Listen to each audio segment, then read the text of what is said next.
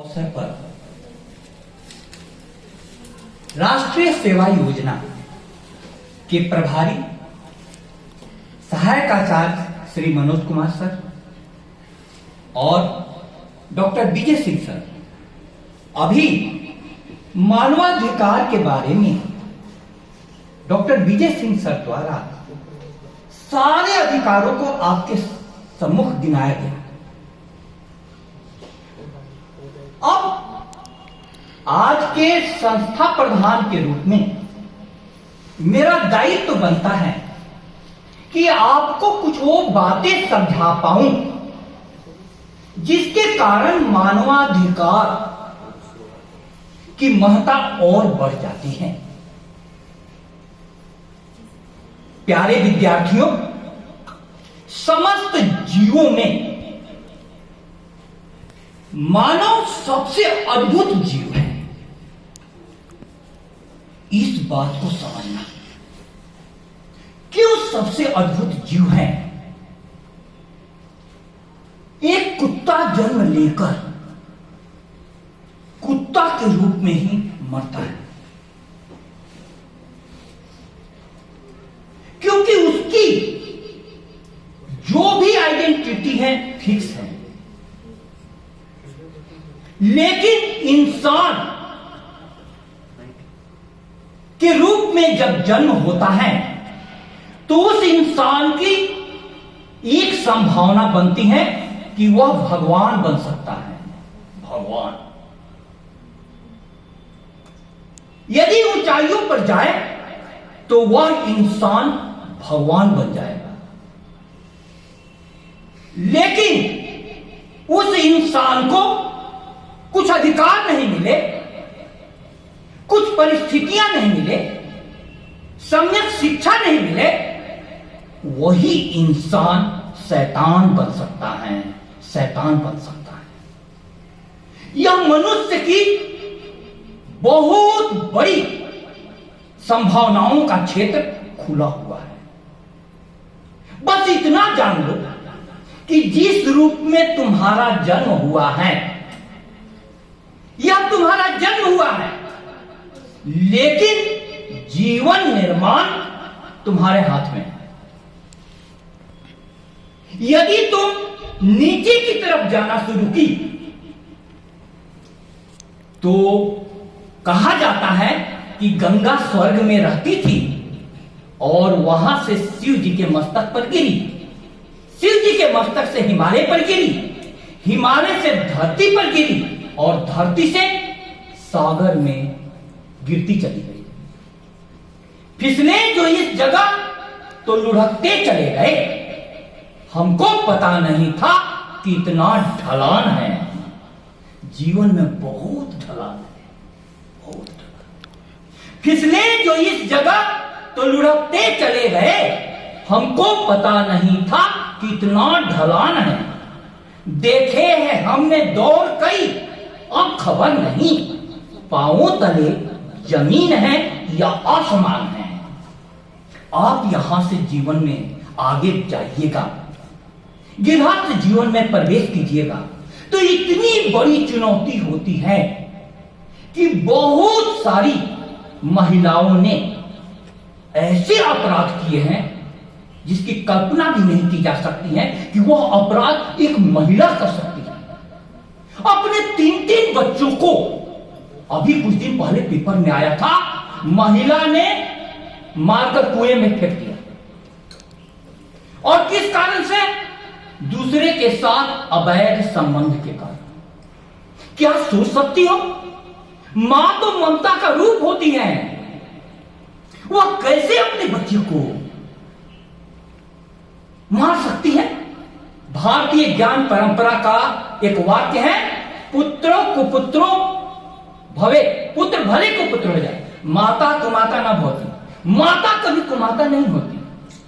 लेकिन ऐसा हम देख रहे हैं। दूसरी तरफ एक मोहन नाम का बच्चा किसी घर में जन्म लेता है और वह बच्चा घर का संस्कार, सम्यक शिक्षा पाकर आगे बढ़ते जाता है, जीवन में सजग होकर के और वह बच्चा मोहन महात्मा बन जाता है, महात्मा गांधी। अब यह दोनों संभावनाएं, महात्मा भी आप बन सकते हैं, आपको आत्मा दी गई है, वह आत्मा महात्मा बन सकती है, नहीं तो दुष्ट आत्मा भी बन सकती है। इसलिए प्यारे विद्यार्थियों, मानवाधिकार वे अधिकार हैं जिसको कि मानव को अवश्य मिलना चाहिए। 10 अक्टूबर 1948 को यूएनओ ने सार्वभौमिक घोषणा पत्र मानवाधिकार का जारी किया और 10 अक्टूबर 1950 से प्रत्येक वर्ष विश्व मानवाधिकार दिवस के रूप में हम 10 दिसंबर को मनाते हैं। ठीक है, इतनी बात आप समझ रहे हैं। अब उस समय मानवाधिकार की बात क्यों चली? 2 विश्व युद्धों में लोग इतने मारे जा रहे थे, करीब 15 करोड़ लोग मारे गए, तो लोगों का जीवन पर से विश्वास उठ गया। एक दर्शन पैदा हुआ निरर्थकता का। जीवन में क्या रखा है? कहीं भी बम गिरेगा हम मर जाएंगे, जीवन में पाना क्या? इतने निराशावाद में पूरा जगत घिर गया। तब विश्व की चेतनाओं ने यह निर्णय लिया कि मानव होने के नाते किसी को मानवाधिकार मिलना चाहिए।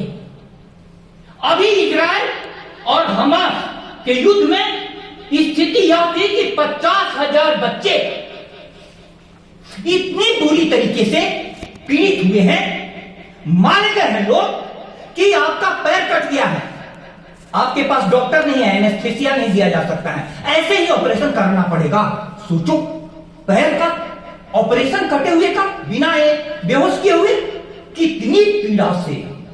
अब मैं आपको एक बात कहना चाहता हूं कि अमेरिका ने विश्व मानवाधिकार की घोषणा पत्र की अगुवाई कर रहा था अमेरिका, लेकिन हिरोशिमा और नागासाकी पर बम किसने गिराया था? अमेरिका ने। जो अमेरिका सबसे बड़ा मानवाधिकार का हत्यारा साबित हुआ बम गिरा करके, वही अमेरिका विश्व मानवाधिकार दिवस के घोषणा पत्र की अगुवाई कर रहा था। अमेरिका किसका व्यापार करता है? अस्त्र शस्त्र का।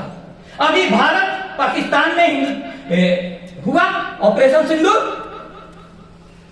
अमेरिका ने पाकिस्तान का समर्थन किया। वो कहीं भी अपने अस्त्र शस्त्र को व्यापार करता है।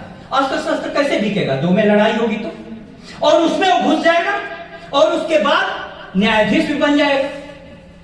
अब चुनौतियां क्या है और सबसे बड़ा दृष्टिकोण भारतीय ज्ञान परंपरा क्या दे सकती है? मानव का अधिकार है, लेकिन मैं पूछता हूं, क्या जानवरों का अधिकार नहीं है? उनका भी कुछ अधिकार होना चाहिए कि नहीं?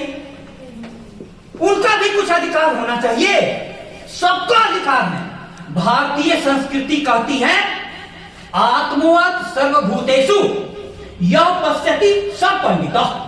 ध्यान से सुनना, आत्मवत् सर्वभूतेषु, अपनी आत्मा के समान, अपनी आत्मा के समान, जो सारे प्राणियों को देखे, सारे प्राणियों को, मानो नहीं, सारे प्राणियों को, मानो में तो नर आया नारी है, लेकिन सारे प्राणी। अब प्राणी में पौधा भी आ गया, पौधा भी सजीव है, प्राणी में पक्षी भी आ गए, पशु पक्षी भी आ गए। जहां भी प्राण धड़कता है उसमें अपनी आत्मा को देखो, तब तुम पंडित हो। मानवाधिकार की रक्षा तभी हो सकती है जब इस प्रकार का दर्शन हम अपने जीवन में उतारें। क्यों? क्योंकि आपके द्वारा संपादित किया गया कर्तव्य दूसरे का अधिकार बन जाता है।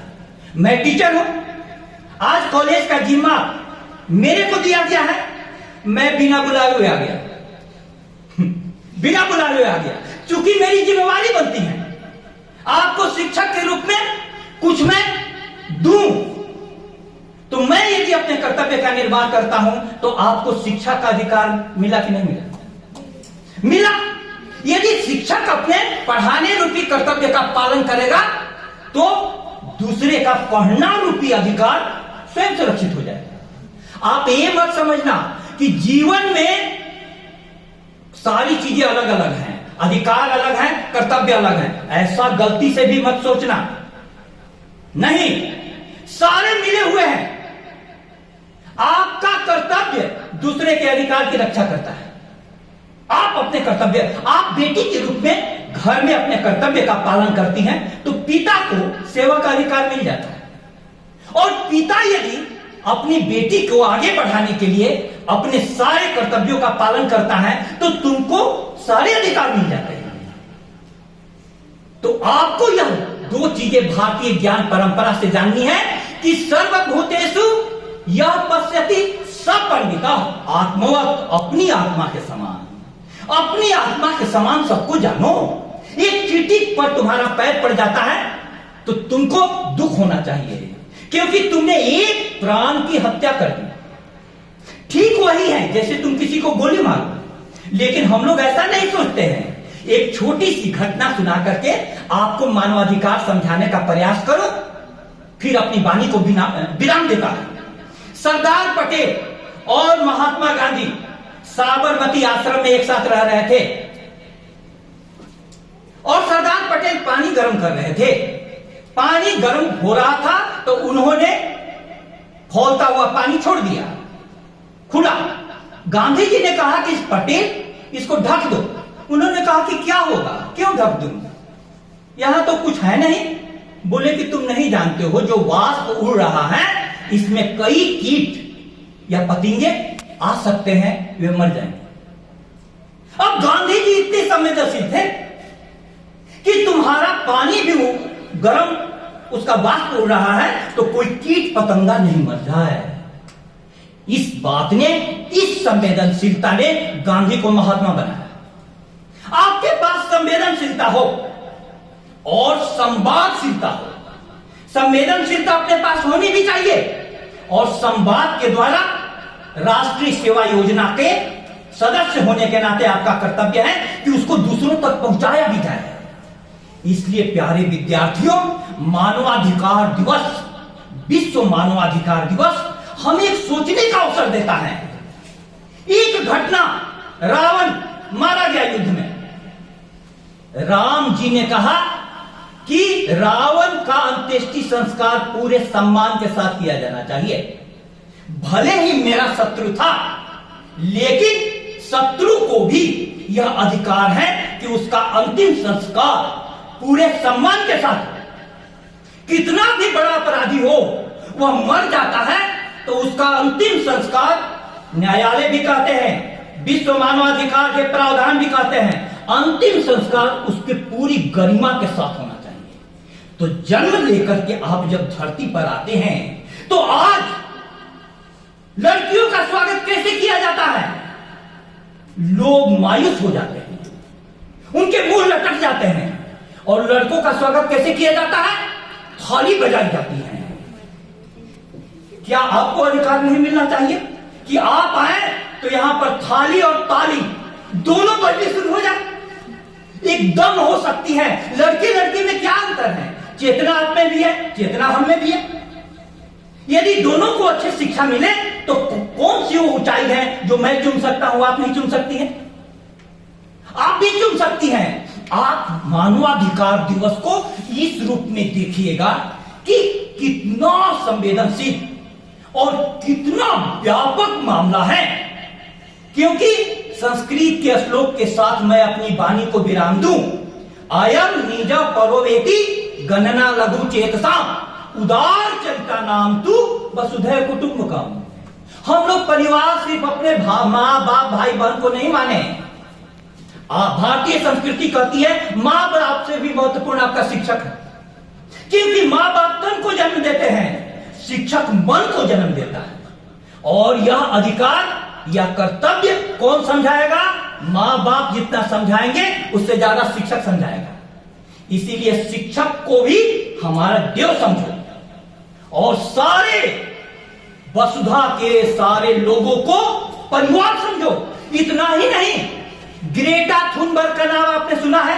आपके समान 16 साल की लड़की, स्वीडन की, उसने विश्व के राष्ट्राध्यक्षों के सामने कहा कि हमें कैसी दुनिया दे रहे हो, श्वास लेने के लिए शुद्ध हवा नहीं है, पीने के लिए शुद्ध जल नहीं है, हम आखिर जिएंगे कैसे?